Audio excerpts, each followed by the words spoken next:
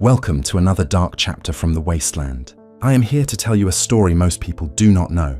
This video is about the Enclave, how they became the most evil faction in the Fallout universe, what they planned, what they did, and how close they came to succeeding. You think you know about the Enclave. You know they wore advanced power armor. You know they had vertibirds and plasma weapons. You know the Brotherhood of Steel fought them, but you do not know the full scope of their evil. You do not know about the 2 separate genocides they planned. You do not know how they kidnapped entire communities to use as test subjects. You do not know about FEV-13 and the 250,000 gallons of death they manufactured to kill everyone on Earth.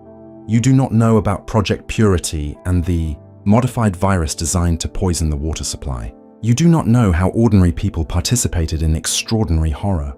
This is that story, a confession from inside the machine. A warning about how evil happens through bureaucracy and silence. A testimony about the faction that tried to finish what the nuclear war started. And if you genuinely enjoy this kind of dark storytelling, consider subscribing and liking the channel, but only if it truly resonates with you. They told us it was for America. They said we were the only ones pure enough to carry the torch forward. I was 12 when the bombs fell, and I remember my father gripping my shoulder so hard it left bruises as we descended into the oil rig. He worked for the Department of Energy, pre-war, important man, connected to people who made decisions that mattered. That is what he always said, connected. I did not understand then what I understand now. That connection meant complicity. It meant knowing. It meant choosing to do nothing while the world prepared to burn. The Poseidon oil rig rose from the Pacific like a steel island, 175 miles off the coast of California. Most people did not even know it existed. It was built to refine oil from the ocean floor, back when energy meant power and power meant everything. By the time I arrived, it had been transformed into something else entirely. A fortress, a laboratory, a tomb for the old world, and a womb for whatever came next. We were not refugees. That is important to understand. We were not survivors scrambling for safety. We were invited, selected. My father received a priority evacuation notice 3 weeks before October 23, 2077. 3 weeks, he knew. They all knew. The politicians, the generals, the corporate executives. They knew the bombs were coming because they had already decided the world needed to end. I spent my first year on the rig trying to understand what we were. The adults called us the Enclave, a word that means to surround, to enclose, to separate from everything outside. That is exactly what we were. Separate, above, different. My tutors taught me history through a lens I would not question for decades. They taught me that democracy had failed, that the masses were too weak, too corrupted, too fundamentally flawed to survive what was coming. They taught me that we represented continuity of government, that we were America in its purest form, pure. They used that word constantly. Pure bloodlines, pure genetics, pure humanity. I did not think to ask what made us pure and everyone else impure. I was a child. I believed what I was told. The rig was enormous but felt suffocating. Narrow corridors filled with the constant hum of machinery. The smell of salt water mixed with oil and recycling systems that never quite filtered out the stale air. We lived stacked on top of each other. 3 families to a living unit designed for one. But we had power. We had food synthesizers that still worked. We had medical technology that could heal broken bones in days instead of weeks. We had a future, or so they promised us. I saw my first mainlander when I was 16. They brought him up from the ruins of Mariposa military base.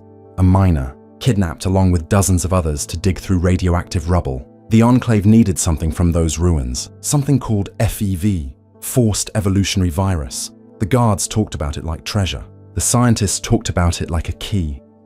The miner was dying when they dragged him past the observation window where I was studying. His skin had a grey pallor I had never seen before. His breathing rattled.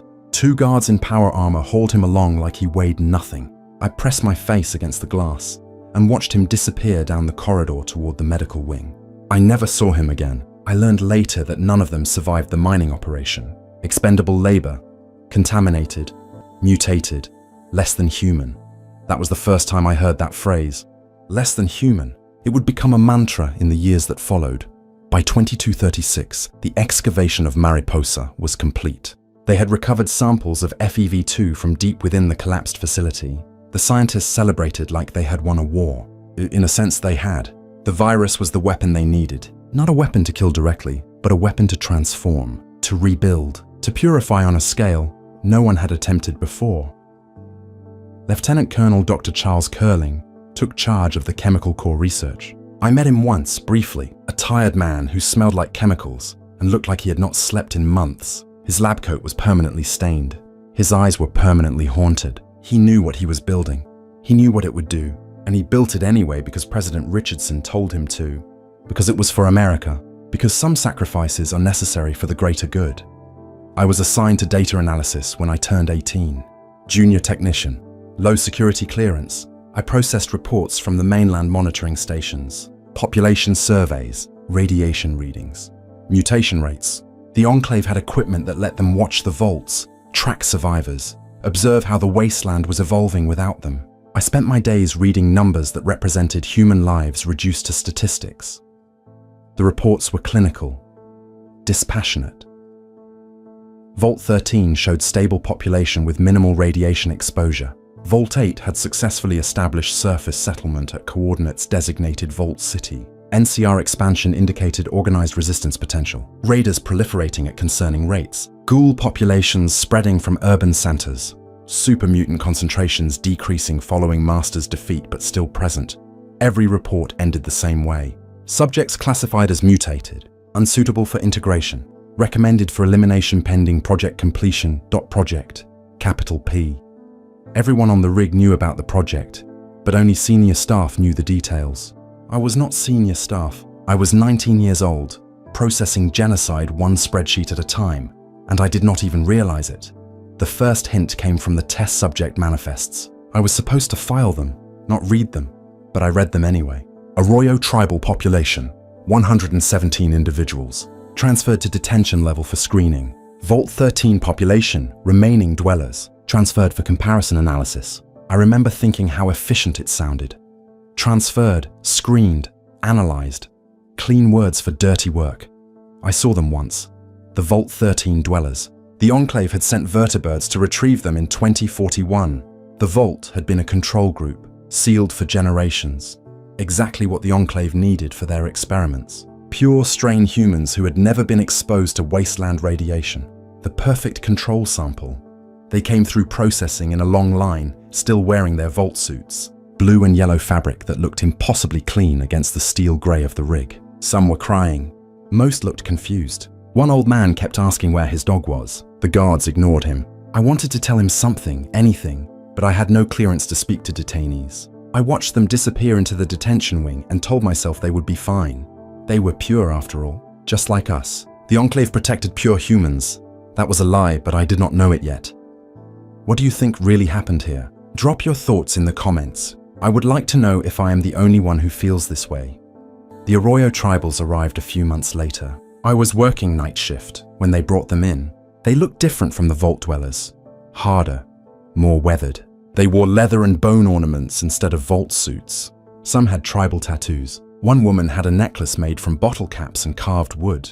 The guards herded them past my station, and one of them made eye contact with me. Just for a second, a young man, maybe my age, with eyes that held more accusation than I had ever seen in my life.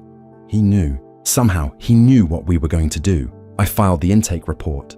117 souls reduced to reference numbers. Unclean sample acquired. Testing phase 2 initiated. I submitted the report to Chemical Core and went to the cafeteria for synthetic coffee that tasted like burned plastic. Dr. Curling's team worked quickly. Within weeks, the first results came back. The virus worked exactly as designed. FEV Curling 13, named after its creator, was a masterpiece of biological engineering. 0.0001% aerosol solution was enough to kill an Arroyo tribal in under an hour. Massive hemorrhaging, organ failure, death by drowning in your own blood. The Vault 13 dwellers lasted longer. Their radiation count was lower, so their bodies fought harder. 14.5 hours of convulsions and subdermal hemorrhaging. Longer suffering for the purer stock. The irony was never mentioned in the reports. 250,000 gallons. That was the production goal. 250,000 gallons of weaponized virus, ready for dispersal into the jet streams that circled the planet. The oil rig was positioned perfectly, 175 miles offshore where the Pacific air currents converged.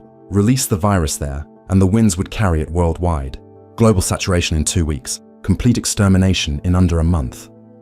Everyone outside the Enclave would die, the pure and the mutated alike, because the virus did not discriminate based on appearances. It discriminated based on radiation exposure, and anyone who had lived in the wasteland for more than a few years had enough ambient radiation in their cells to trigger the cascade.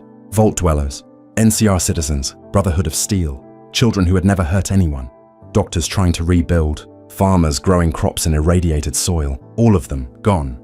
President Richardson called it the last best hope for humanity. He stood in the briefing room with his frayed suit and his nervous habit of staring into space, and he told us that history would remember this as a necessary footnote. The mutants, he said, would make the ultimate sacrifice so that true humanity could reclaim the Earth. True humanity, meaning us, meaning the Enclave.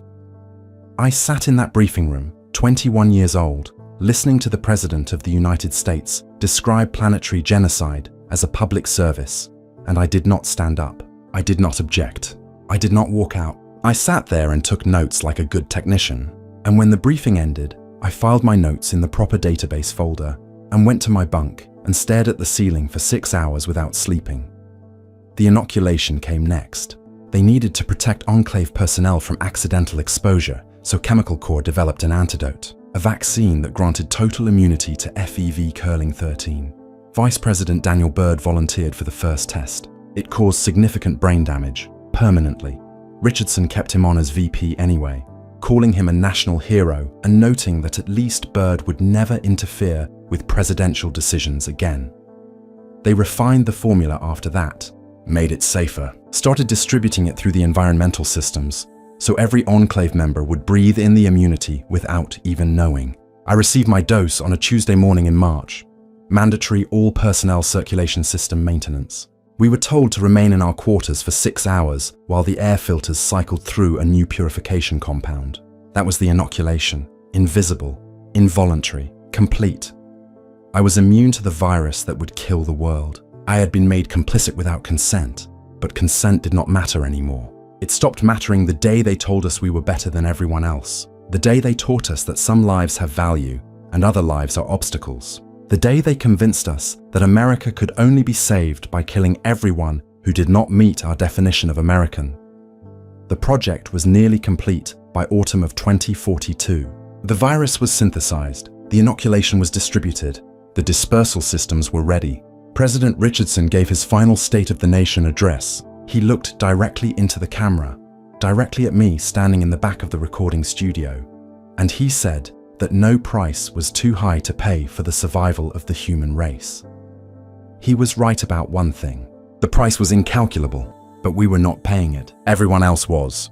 The dispersal was scheduled for October 30th, 2042. 8 days away. I knew because I processed the final logistics reports. Atmospheric conditions optimal. Jet stream convergence confirmed. Global saturation models verified. Everything was ready. The Enclave was ready to murder the world. I should have done something. I tell myself that now, decades later, when sleep will not come and the memories press down like concrete, I should have sabotaged the systems, destroyed the virus samples, found a way to warn anyone about what was coming. But I was 21 years old and terrified and convinced that the people in charge knew better than I did. I was a coward. That is the truth I have to live with. The detention wing held 117 Arroyo tribals and approximately 40 Vault 13 dwellers. They were dying slowly, one by one, as Chemical Corps refined their formulas. Each death was catalogued, each autopsy was filed. Each body was incinerated in the rig's furnaces and reduced to ash that fell into the Pacific. No graves, no markers. Just data points in a database that proved the virus worked exactly as intended. I saw the test footage once. Someone left it running on a monitor in the analysis lab, and I stood there watching for 5 minutes before I could make myself look away. They had exposed an Arroyo woman to 0.0001% aerosol. She was in a sealed chamber, sitting on a metal chair, still wearing her tribal leather. The gas was invisible. She did not know it was happening until her nose started bleeding. It took 40 minutes. She screamed for the first 10. Then she could not scream anymore because her lungs were filling with blood. She clawed at her throat, at her eyes. Her skin turned purple with subcutaneous hemorrhaging. She convulsed so hard she fell off the chair. She drowned on dry land while 3 scientists watched through reinforced glass and took notes on clipboards. I vomited in the corridor outside the lab. A senior technician found me and asked if I was sick. I told him I had eaten something bad. He believed me because he wanted to believe me, because admitting that one of us had a conscience would mean admitting that what we were doing required the absence of conscience. The Vault 13 dwellers lasted longer, but suffered more. Their radiation count was lower, so the virus had to work harder to break down their cellular structure. 14.5 hours of agony. Some of them begged, some of them prayed, some of them just stared at the ceiling and waited for it to end. All of them died alone in sealed chambers while we watched and measured and recorded. Martin Frobisher was one of them, the spokesman for Vault 13. I read his file after they brought him in. 54 years old, teacher, father of 3. He had opened the vault door thinking they were being rescued, thinking the all-clear signal meant safety. Instead, vertibirds descended and Enclave troops opened fire immediately. 3 vault dwellers were killed in the initial assault, shot down in the entrance tunnel before they even understood what was happening. The rest were rounded up like cattle and transported to the rig. Frobisher survived the testing phase. They needed him alive to answer questions about vault systems and population genetics. I saw him in the detention corridors sometimes when I had to deliver reports to the research wing. He always looked at me, always, like he was trying to understand how someone who looked so young could be part of something so evil. I never met his eyes. I could not. If I met his eyes, I would have to acknowledge what we were, what I was. The intelligent death claws were deployed to Vault 13 after the humans were taken. Enclave animal handlers had been experimenting with FEV modifications for years, trying to create controllable mutant soldiers. The death claws were the most successful experiment. Sentient, capable of speech, obedient to their handlers, they were sent to Vault 13 with orders to eliminate any witnesses who might investigate the kidnapping. But the death claws did not follow orders. Once they were isolated from their handlers, once they tasted freedom, they deserted. Gruthar, the pack leader, organized a proper community in the empty vault. They used the voice recognition systems to maintain the facility. They even started rescuing refugees from the wasteland and allowing humans to live among them. I learned this years later after everything fell apart. But at the time, I just processed the report that said Vault 13 was secured and all witnesses were eliminated. Another lie, another file, another day on the oil rig pretending we were saving the world instead of ending it. The Mariposa excavation haunted chemical core in ways they did not expect. The miners they used as slave labor were exposed to FEV during the dig. Most died from radiation or cave-ins, or simply being worked to death. But some were exposed to the virus itself, and those began to mutate. One of them was Frank Horrigan, Enclave soldier, stationed at Mariposa as security before he got caught in an FEV release. They brought him back to the rig and decided to make him useful. They injected him with modified FEV strains, kept him heavily sedated because every time he woke up, incidents occurred. Bloodshed, bodies. Horrigan was turning into something that was not quite human anymore, something massive and violent and perfect for field work, if they could control him. By January 2039, they sealed him in custom power armor and deployed him as their solution to problems that required overwhelming force. I saw him once from a distance. He stood nearly 12 feet tall in that armor. His voice sounded like gravel crushing bone. He was everything the Enclave claimed to oppose, a mutant, created by FEV, no longer pure by any definition. But he was their mutant, so it was acceptable. The hypocrisy was stunning once you noticed it. We were supposed to be purifying the world of mutation, but we had no problem creating and weaponizing mutations when it served our purposes. We were supposed to be protecting pure humanity, but we murdered pure humans from Vault 13 without hesitation. We were supposed to be rebuilding America, but we were planning to kill everyone who actually lived in America. The Enclave was not about purity. It was about power, about control, about a group of people who believed they had the right to decide who deserved to live and who deserved to die. Everything else was justification, propaganda, lies we told ourselves so we could sleep at night. I stopped sleeping well in 2042. The nightmare started around June, always the same. I was in the sealed chamber with the Arroyo woman, breathing in the virus, feeling my lungs fill with blood. I would wake up gasping, checking my hands for hemorrhaging, convinced that somehow the inoculation had failed and I was dying like they died. But I was fine. I was always fine, protected, pure, immune. The immunity made it worse somehow, knowing that I could survive while everyone else died, knowing that my survival was predicated on their extinction, knowing that the Enclave had decided my life had value and every other life on Earth was expendable. October 23rd approached like an execution date. 8 days until dispersal. 7 days, 6 days. The rig hummed with anticipation. Senior staff walked the corridors with satisfied expressions. Chemical Corps ran final checks on the dispersal systems. President Richardson practiced his post-dispersal address, the one he would broadcast to the Ashes when it was done, the one where he would explain to no one that their deaths were necessary for America's resurrection. I thought about sabotage constantly. The storage tanks holding the virus were in a restricted section I could not access without authorization, but the dispersal systems ran through the environmental controls, and I had maintenance clearance for some of those systems. I could cause a malfunction, delay the timeline. Buy time for what? I did not know. Buy time for someone to stop this, for something to go wrong, for divine intervention that I did not believe in. But I did nothing. I went to my shift. I processed my reports. I filed my data. I breathed in my immunity and told myself that I was just following orders, just doing my job, just a junior technician who could not possibly make a difference. Every war crime in history started with people like me, people who knew better but did nothing, people who told themselves they were powerless when the truth was they were unwilling to pay the price of resistance, unwilling to sacrifice their safety, their position, their life for the lives of strangers who would never know they existed. 5 days until dispersal, then 4, then 3. On October 27th, something changed. I was in the data analysis lab when the alert came through. Unauthorized tanker approaching oil rig perimeter. The PMV Valdez, an old Poseidon oil tanker that should have been rusting on the ocean floor, was somehow functional and heading straight for us. Security went to high alert. Vertibirds launched to intercept. Automated defenses activated. The tanker did not respond to hailing signals. It just kept coming. Someone was piloting it with either tremendous skill or suicidal determination. The Enclave did not know what to make of it. We had been isolated for so long, convinced we were invisible, certain that no one even knew we existed, and now someone was knocking on our door. They let it dock. That decision probably saved the world, though no one realized it at the time. President Richardson was curious. He wanted to know who had the audacity to approach the Enclave. He wanted to interrogate them, understand them, possibly use them. So they let the tanker dock and sent soldiers to capture whoever emerged. I did not see who came off that tanker. I was not important enough to be anywhere near the docking bay. But the rumors spread fast.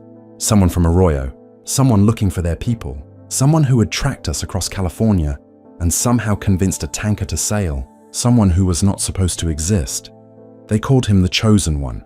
I never learned his real name, just the title, the Chosen One, like something out of tribal mythology, made real and walking our corridors in stolen power armor. If you have ever wondered what choice you would make in a situation like this, tell me in the comments. I will be reading them. Security captured him quickly. He was armed but outnumbered and trying to infiltrate a facility designed to repel invasion. They brought him to the detention wing with the others. Another test subject, another data point, another tribal who would die screaming so the Enclave could refine their genocide. Except he did not die. Somehow he escaped. Somehow he convinced people to help him.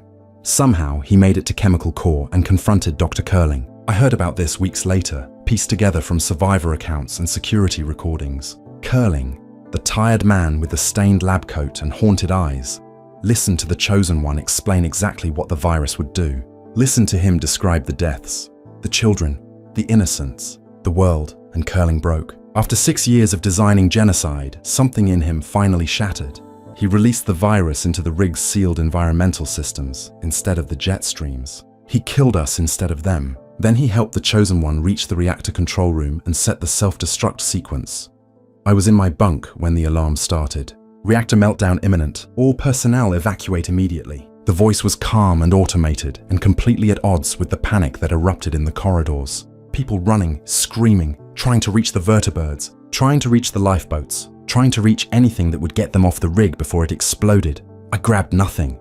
No possessions, no files, no evidence. I just ran, pushed through the crush of bodies in the narrow corridors, climbed the access ladders toward the flight deck. The rig was shaking, metal groaning. Something deep in the structure had already started to fail. The flight deck was chaos. Too many people and not enough vertibirds. Someone was shooting. I could not tell who or why. I just kept running toward the closest aircraft I could see, pushed my way aboard with maybe 15 other people. The pilot did not wait for authorization. He lifted off while people were still trying to climb up. I heard them fall, heard them hit the deck, heard them scream. We were maybe 500 feet up when the reactor went critical. The explosion was white hot and massive. It vaporized the center of the rig instantly. The shockwave hit us like a fist and sent the vertibird spinning. I was thrown against the bulkhead. Someone else was thrown out the open bay door. Just gone. 1 second there, next second falling toward the burning ocean.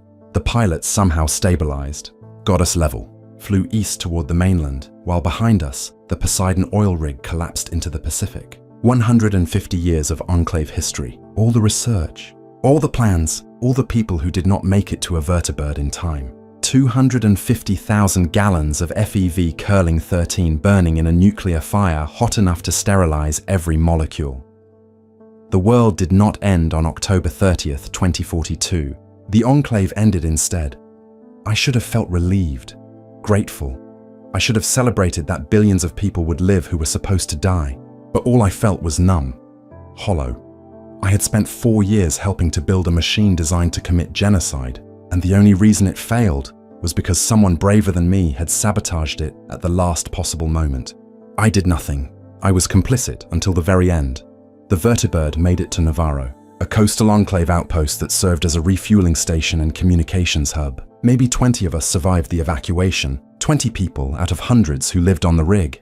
Everyone else was dead or missing, and President Richardson was definitely dead, killed by the chosen one before the reactor went critical. The president who had built his legacy on planned genocide, gone, erased from history just like he wanted to erase everyone else. We thought it was over. We thought the Enclave was finished. We were wrong. Navarro was never meant to hold survivors. It was a refueling depot, a communications relay, a way station for vertibirds heading north to Oregon or south to Mexico. But after the oil rig fell, it became a refugee camp for the shattered remnants of the West Coast Enclave. 20 of us at first, then 40 as more survivors trickled in from other outposts. Then 60, small groups arriving with stories of Brotherhood of Steel raids, NCR patrols hunting Enclave personnel, local militias executing anyone they found in our uniforms.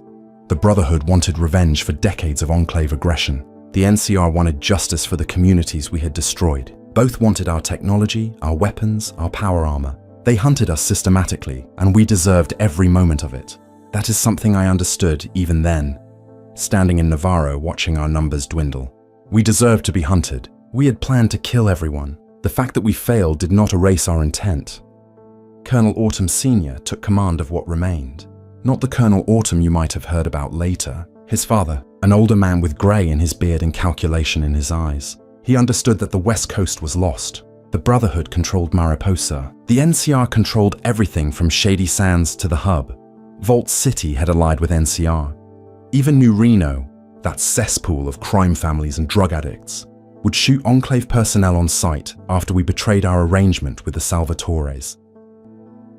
Autumn Sr. made a decision that would define the next 30 years. We would retreat east, cross the Continental Divide, regroup at Raven Rock, a pre-war military installation in what used to be Pennsylvania. The Enclave had maintained automated systems there since before the war.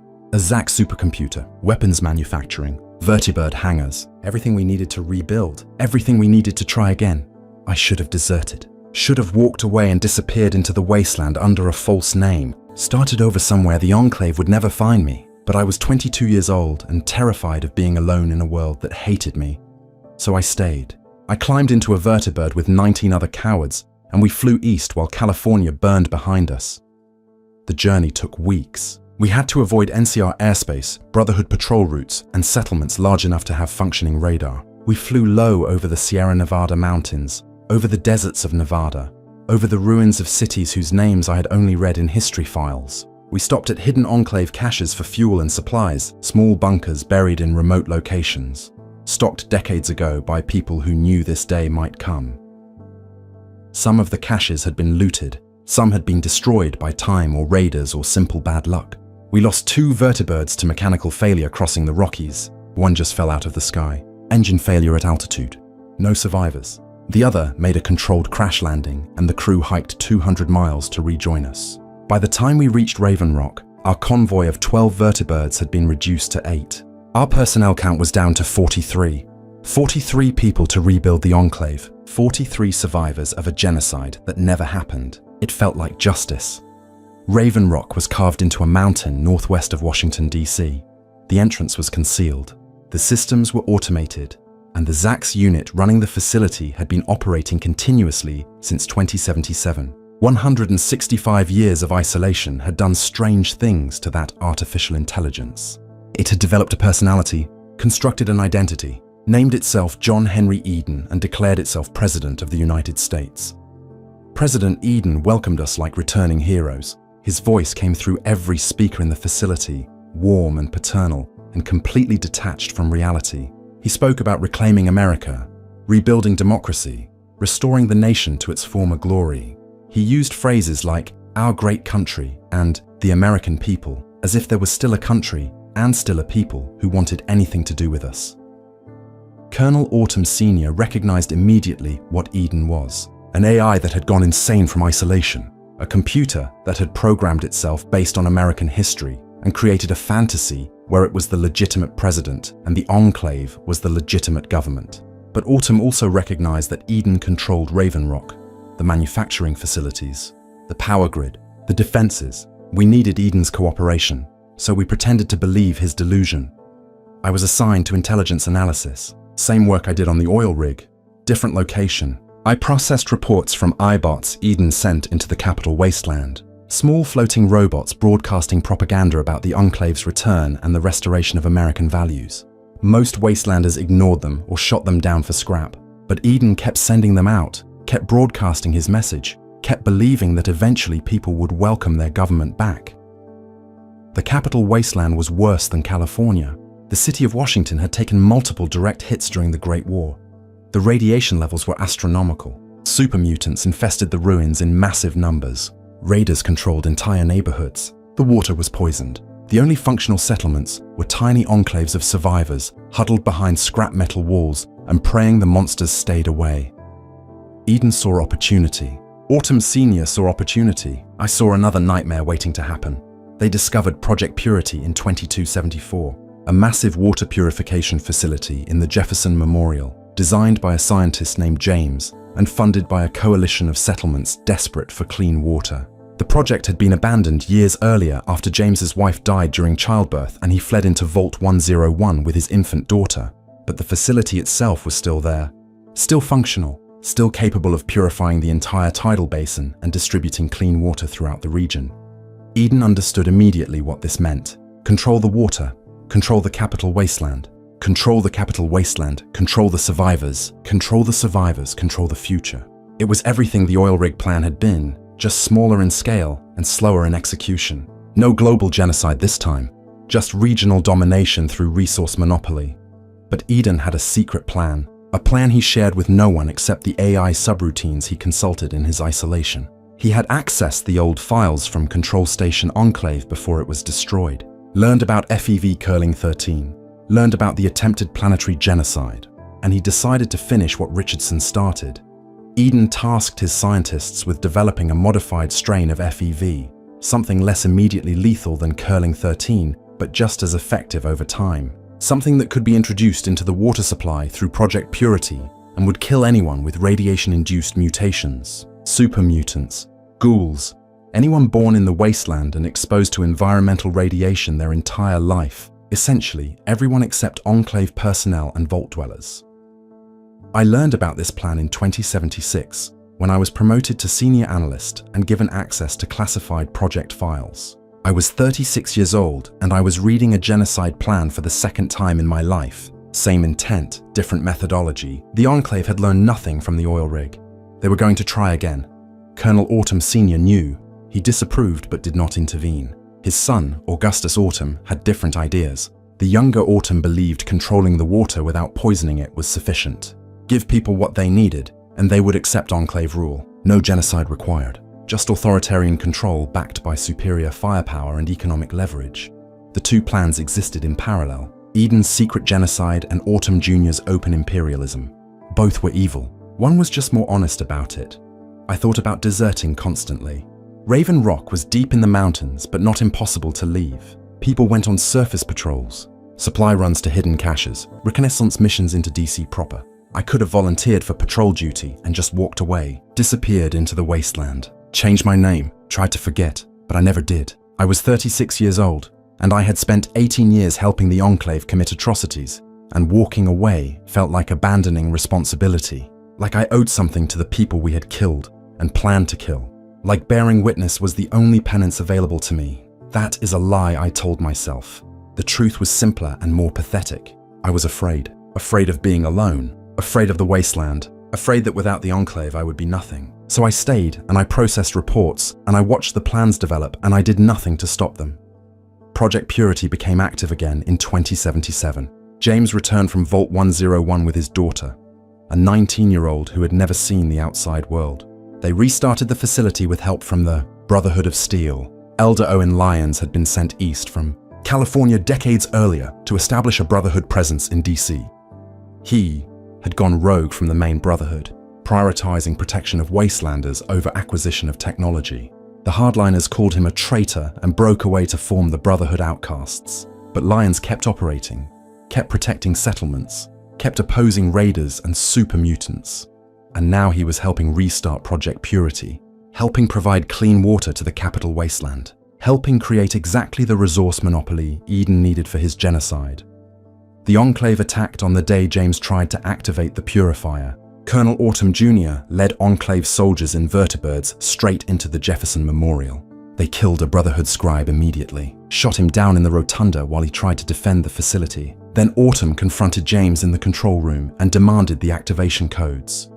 James refused. He knew what the Enclave was, what we were capable of, so he flooded the chamber with radiation rather than let us take control. Killed himself to deny us the facility. His daughter escaped with help from the Brotherhood, but James died in that room, and the Purifier remained dormant. Autumn Jr. survived the radiation. Barely. Eden had secretly provided him with a modified version of the Enclave inoculation, something that could counteract acute radiation poisoning. Autumn did not know why he survived when everyone else in that room should have died. He did not know Eden was already preparing him as a contingency, as someone who could be controlled or sacrificed as needed. The Enclave occupied Project Purity anyway, brought in engineers to repair the damage, and scientists to finish the activation sequence, brought in soldiers to fortify the position against inevitable Brotherhood retaliation, brought in Colonel Autumn Jr. to command the operation, and President Eden's modified FEV to poison the water once it started flowing. Autumn did not know about the FEV. Eden kept that secret carefully. The President needed someone to activate the Purifier first, establish control second, then Eden would introduce the poison himself. Use the water distribution system to kill everyone who threatened Enclave supremacy. Clean genocide, invisible genocide, genocide delivered in the promise of salvation.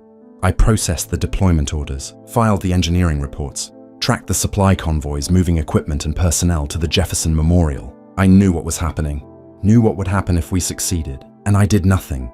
James's daughter was the one who stopped it. The Lone Wanderer, they called her. She grew up in Vault 101 reading about the outside world but never seeing it.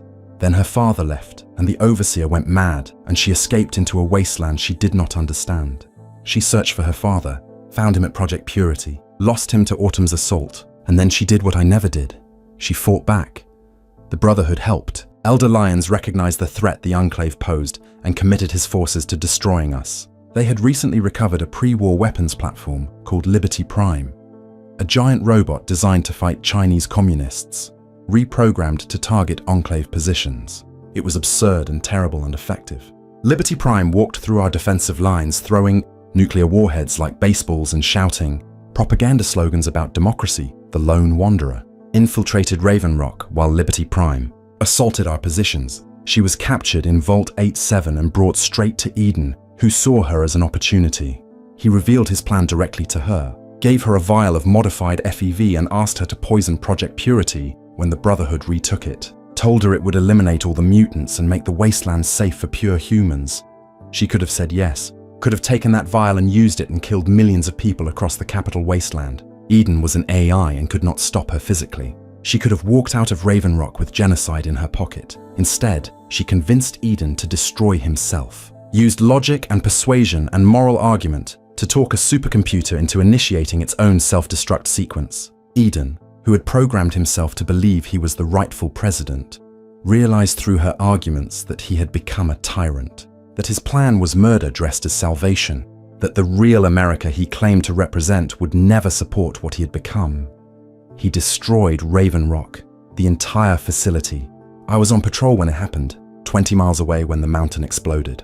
When the Zax core went critical and vaporized everything inside, President Eden, the command staff, the manufacturing facilities, everyone who stayed behind thinking they were safe in the most secure bunker in the region, gone. All of them. 2 genocides prevented by people braver than me. 2 Enclave strongholds destroyed by wastelanders who refused to die quietly. The remnants retreated to Adams Air Force Base, the mobile base crawler, a massive vehicle equipped with vertibirds and artillery. Colonel Autumn Jr. tried to hold Project Purity, but the Brotherhood overwhelmed his position. Liberty Prime destroyed our defensive perimeter. The Lone Wanderer reached the control room and activated the purifier. Clean water flowed into the tidal basin. No poison, no FEV, just water. The Jefferson Memorial became a symbol of hope instead of a weapon of genocide. The Enclave lost. Again. The Brotherhood of Steel hunted down the survivors, executed most of them, accepted the surrender of a few who claimed they were just following orders, just doing their jobs, just trying to survive. The same excuses I would have used if they caught me, but they did not catch me. I deserted during the chaos of the final battle, stripped off my uniform and disappeared into the wasteland I had feared for so long. Found a settlement that did not ask too many questions. Changed my name. Learned to live with myself. That was 48 years ago. I am 84 now. The Enclave is gone, scattered, broken. Brotherhood of Steel controls the capital wasteland. NCR controls California. Vegas is independent under some pre-war businessman who survived in a computer. The wasteland is rebuilding without us, and I am still here, still alive, still carrying the weight of what I helped create. They say time heals wounds. They are wrong. Time just gives you more space to examine them, more angles to see exactly how deep they go. I have had 48 years to think about what I did and what I failed to do. And the clarity has not brought peace. It has brought understanding, and understanding is its own kind of torment. I settled in a place called Canterbury Commons, small trading hub in the capital wasteland, far enough from DC proper that the super mutants rarely bothered it, close enough to caravan routes that supplies came through regularly.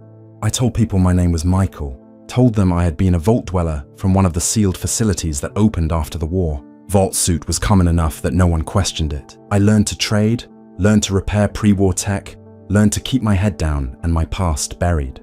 For 5 years it worked. I was just another wasteland survivor trying to make a living in the ruins. Then a caravan came through with a merchant who had been captured by the Enclave during the Project Purity conflict. She looked at me across the trading post and her eyes went wide. She knew.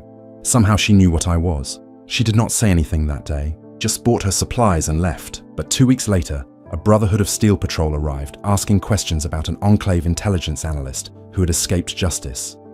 I ran before they could arrest me, packed what I could carry, and disappeared into the wasteland at night. Headed west this time, away from Brotherhood territory, into the expanse of what used to be Middle America. The roads were dangerous, raiders, mutated creatures, radiation storms that could kill you in minutes if you were caught in the open. But the alternative was a Brotherhood tribunal and an execution I absolutely deserved.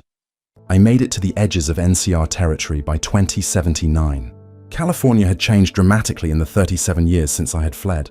The new California Republic had expanded aggressively, annexing settlements and imposing order through military force and bureaucratic efficiency. They had laws now, courts, a functioning government that actually tried to serve its citizens instead of experimenting on them. They also had a very specific policy regarding Enclave personnel. Any former member found within NCR territory would be arrested, tried, and if convicted, executed. The NCR remembered what we had planned to do. They remembered the kidnappings, the experiments, the attempted genocide.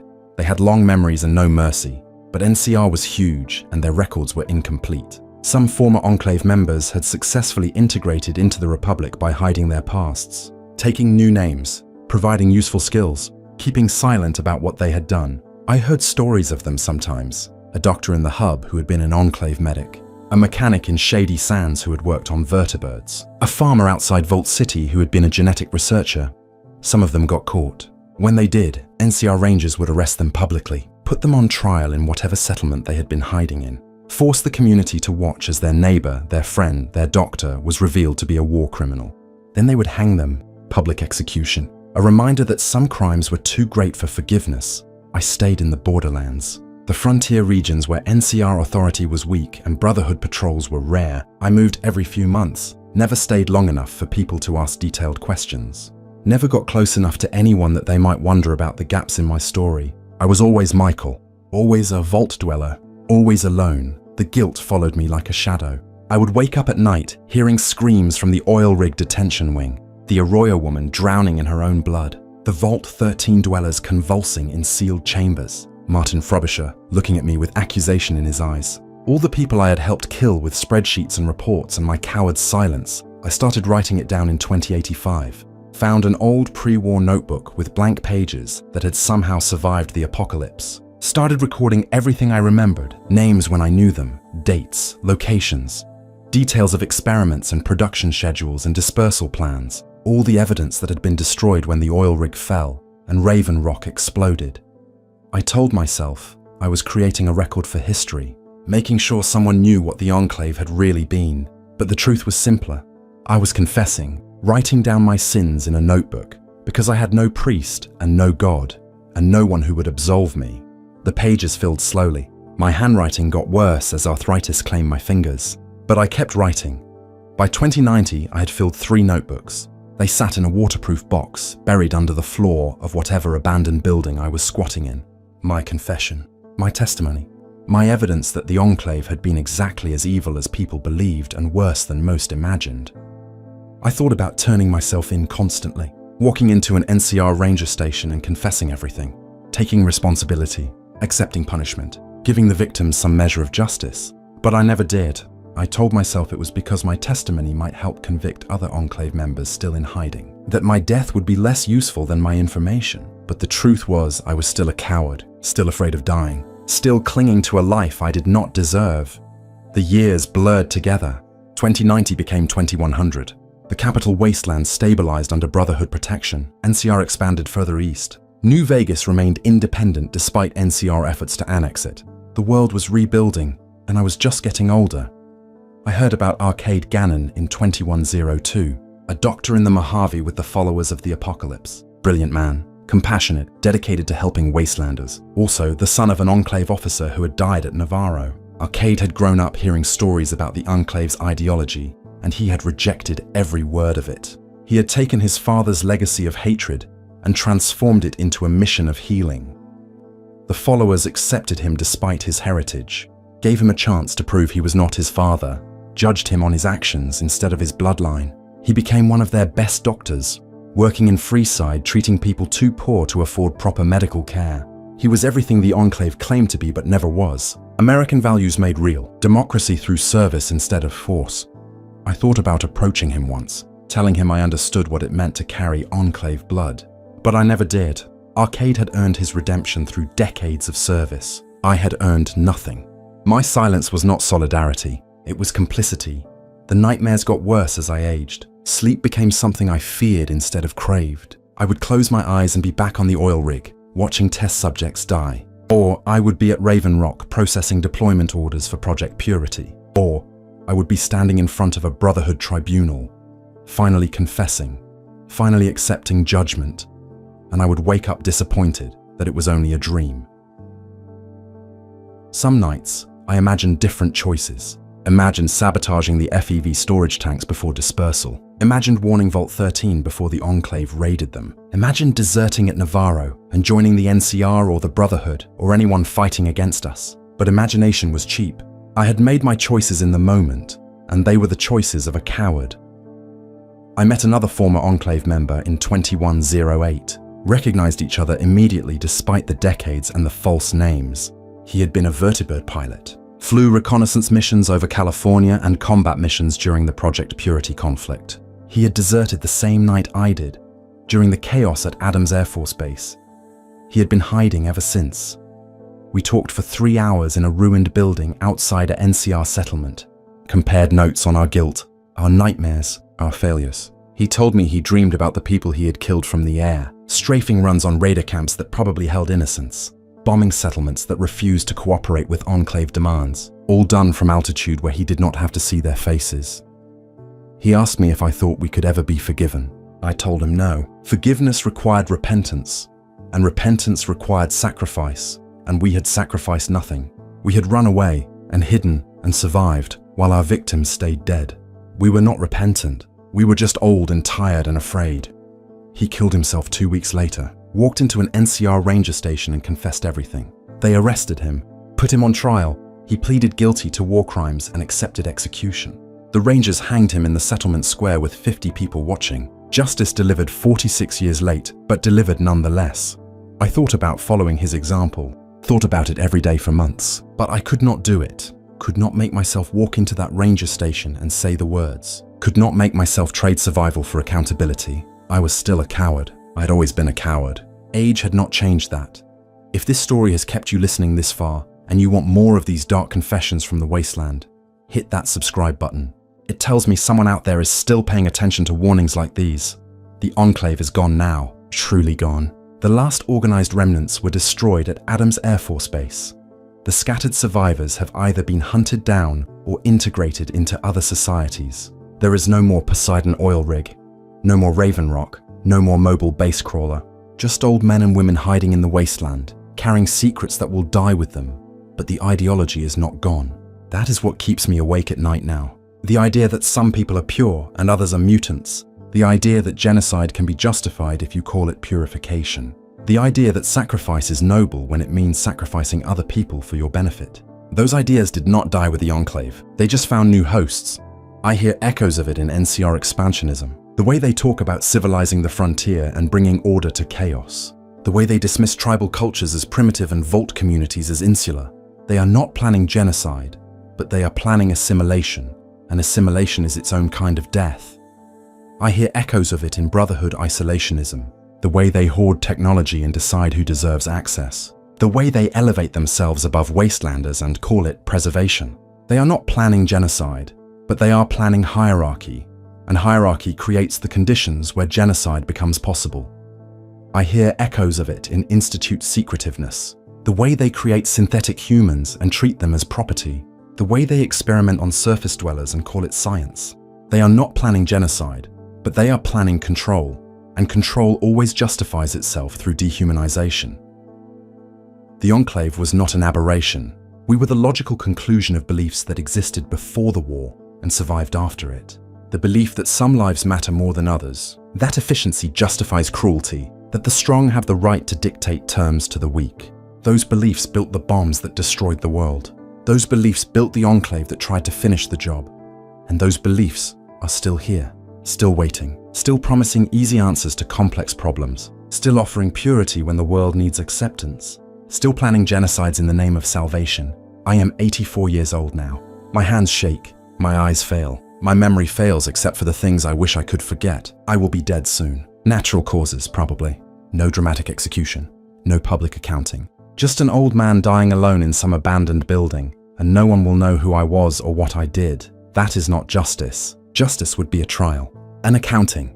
A reckoning with every victim and every crime. Justice would be my name, added to the list of war criminals who helped plan 2 separate genocides. Justice would be my body hanging in a settlement square as a reminder that some crimes cannot be hidden forever. But there will be no justice. Just this recording, this confession, this warning to anyone who finds it after I'm gone. The Enclave became Fallout's most evil faction because we were not monsters. We were people. Educated people. Intelligent people. People who convinced ourselves that murder on a planetary scale was patriotism. People who processed genocide one spreadsheet at a time and told ourselves we were just doing our jobs. We were evil because we were ordinary, because we made ordinary choices every day to participate in extraordinary horror, because we could have stopped and we chose not to, because we valued our comfort over other people's lives. That is how evil works. Not through monsters, but through ordinary people who decide that some lives do not matter, through bureaucrats who process death like paperwork, through soldiers who follow orders without questioning them, through citizens who look away because confronting horror is uncomfortable. The Enclave is gone, but the conditions that created us remain.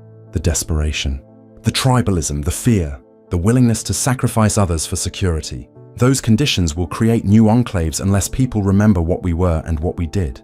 So remember this. Remember that the Enclave planned to kill the world twice. Remember that we justified it with patriotism and purity and progress. Remember that we were stopped both times by individuals who refused to accept our logic. Remember that evil requires participation, and participation can be as simple as silence. Remember that I was there. I helped. I knew. And I did nothing. Remember that you could be me. That ordinary people in ordinary circumstances make the choices I made every single day. That genocide starts with small compromises and builds to planetary death. Remember, and do better than I did.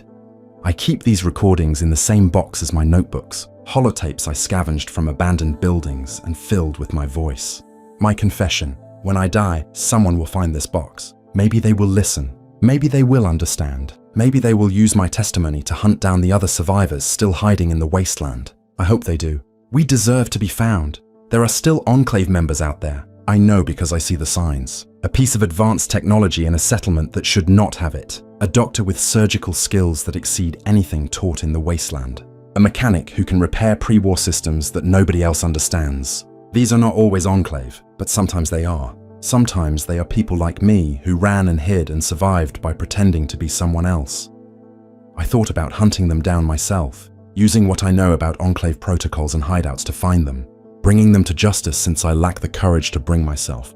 But that would be cowardice, wearing the mask of righteousness. Hunting others to avoid hunting myself, using their sins to obscure my own, so I do nothing. Again, still, always. The Wastelanders do not understand what they survived. They know the Enclave was evil. They know we tried to poison Project Purity. But they do not know about the oil rig, about FEV Curling 13, about the 250,000 gallons of death that would have killed them all. They do not know how close they came to extinction. Twice. Maybe that is mercy. Maybe not knowing protects them from the full weight of how much they were hated. How thoroughly we wanted them dead. How carefully we planned their murder. Maybe ignorance is a kindness I do not deserve to grant, but I record it anyway. Every detail I remember, every name, every crime. I record it because someone needs to know. Because history requires witnesses even when the witnesses are perpetrators. Because maybe someday, someone will use this testimony to understand how societies slide into genocide. How ordinary people participate in extraordinary evil. How the Enclave became what it became. We did not start evil. That is important to understand. The people who founded the Enclave were not monsters born craving blood. They were politicians and generals and corporate executives who believed they were protecting America. They believed in continuity of government, in preserving the best of humanity, in ensuring that civilization could rebuild after nuclear war. But belief is not innocence. They believed the common people could not survive the apocalypse, so they did not try to save them. They believed that only the elite deserved protection, so they built the oil rig for themselves, while everyone else got experimental vaults. They believed that some lives had more value than others, and that belief was the seed that grew into genocide. By the time I was born, the seed had already sprouted. The Enclave on the oil rig was isolated and afraid, and convinced that the mainland was full of mutants who threatened their existence. They had spent decades watching the wasteland through monitoring equipment, watching people survive radiation, watching them adapt. Watching them build communities and families and lives in conditions the Enclave had declared unsurvivable. That survival was a threat. If wastelanders could rebuild without the Enclave, then the Enclave was not necessary. If mutated humans could thrive, then purity was not prerequisite for civilization. If the common people could govern themselves, then the elite had no justification for their power. So the Enclave decided that wastelanders were not really human. That radiation had transformed them into something less. That their survival was an aberration that needed correction. Dehumanization made genocide possible. Once you convince yourself that your victims are not truly people, killing them becomes a solution instead of a crime. I was raised in that ideology, breathed it like air. Every lesson in school reinforced it. Every conversation with adults normalized it. Every report I processed assumed it. The Wastelanders were mutants. We were pure. Their deaths would be tragic but necessary. Our survival was paramount. I did not question it until I saw the test footage, until I watched that Arroyo woman die screaming in a sealed chamber, until the abstract became concrete and the statistics became suffering. But even then I did not act. I just stopped sleeping well. The ideology had done its work too thoroughly. I was horrified by the implementation, but still believed in the goal. That is how they get you. That is how evil embeds itself so deeply you cannot cut it out without bleeding. They teach you the goal is righteous. They teach you the victims deserve their fate. They teach you that your discomfort is weakness and your doubt is betrayal. They teach you that stopping would make you complicit in humanity's extinction, when the truth is continuing makes you complicit in humanity's murder. I believed them. I believed I was saving the world by helping to kill it. I believed that feeling guilty was natural, but acting on that guilt was wrong. I believed that my small role did not matter, that I was not responsible, that the real decisions were made by people above me. I believed every lie that collaborators have believed throughout history. I was just following orders. I was just doing my job. I was just one person who could not make a difference. I was just trying to survive. All lies. I had choices. I made them. I chose complicity over resistance every single time. The chosen one made different choices. The lone wanderer made different choices. They were younger than me when they faced the Enclave. They had less training, less knowledge, less power, but they had something I lacked. The courage to say no. The willingness to sacrifice themselves to stop us. The moral clarity to recognize evil and oppose it regardless of personal cost. They were heroes. I was a coward. That is the difference that mattered. I think about them often. Wonder where the chosen one is now. If he returned to Arroyo after destroying the oil rig. If he helped rebuild his village using the GEC we stole from Vault 13. If he ever thinks about the Enclave technician who processed his people's kidnapping and did nothing to stop it. I think about the lone wanderer. If she stayed with the Brotherhood of Steel after Project Purity was activated. If she drinks the clean water and remembers her father who died to protect it. If she ever wonders about the Enclave personnel who escaped justice. If she would hunt me down if she knew where I was. She should hunt me down. They both should. I am a war criminal who escaped accountability through cowardice and luck. I deserve their vengeance more than I deserve my survival, but they will never find me. I am too small, too insignificant. Just one technician among hundreds who helped plan genocide. Just one voice on a holotape that nobody will hear until I am already dead. Just one old man with blood on his hands and guilt in his heart, and no courage to make it right. The wasteland has moved on. The Enclave is a memory. A cautionary tale about pre-war ambitions and post-war hubris. A faction that appears in history files and campfire stories. The devil that the Brotherhood defeated. The monster that the wastelanders survived. But the survivors do not know how many devils escaped. How many monsters are still hiding in plain sight. How many of us are still out here, carrying secrets that could incriminate dozens of people if anyone knew where to look. I could expose them, could record their names and locations, could make this confession useful instead of just therapeutic. But I do not. I tell myself it is because I do not know for certain who survived and who died. Because accusations require evidence, and I have only suspicions. Because I might be wrong, and innocent people might suffer. More lies.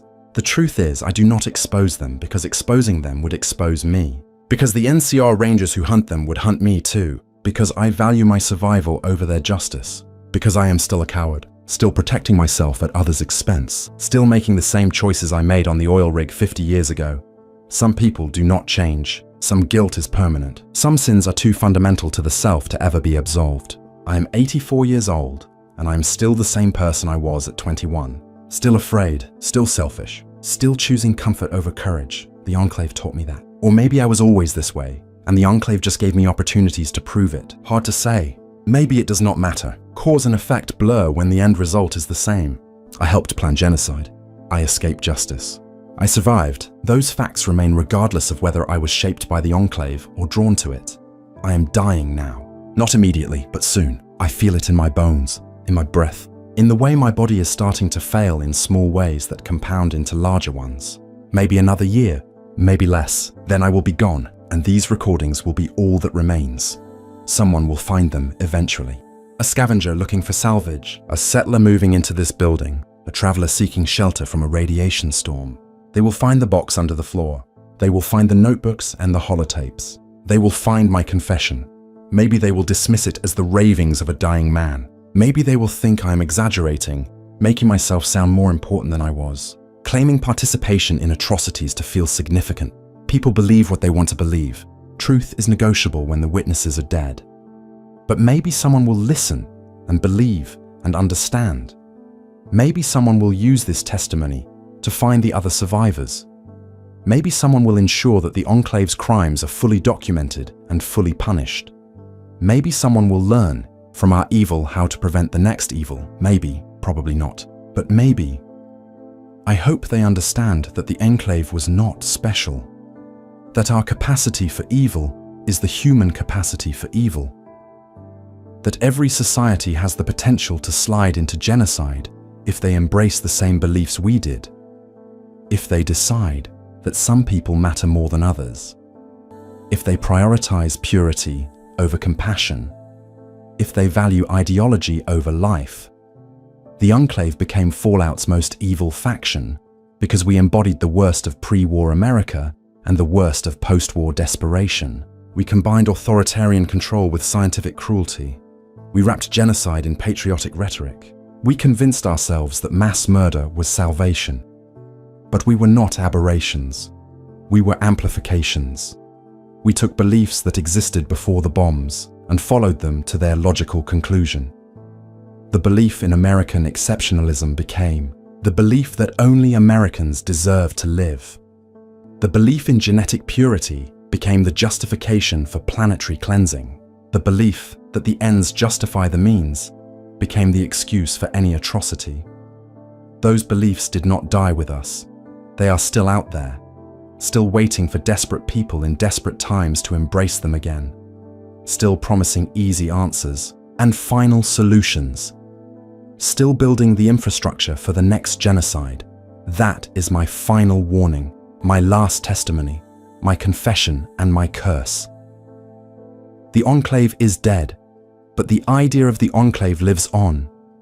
In every society that ranks lives by value, in every group that claims superiority, in every plan that requires some people to die so others can prosper. The Enclave was not unique. We were just more successful at embracing evil than most. Do not let it happen again. Do not believe the promises. Do not accept the logic. Do not participate in the dehumanization. Do not process the spreadsheets.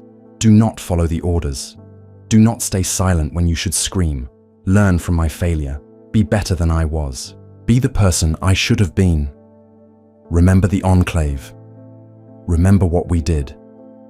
Remember that we were just people who made terrible choices.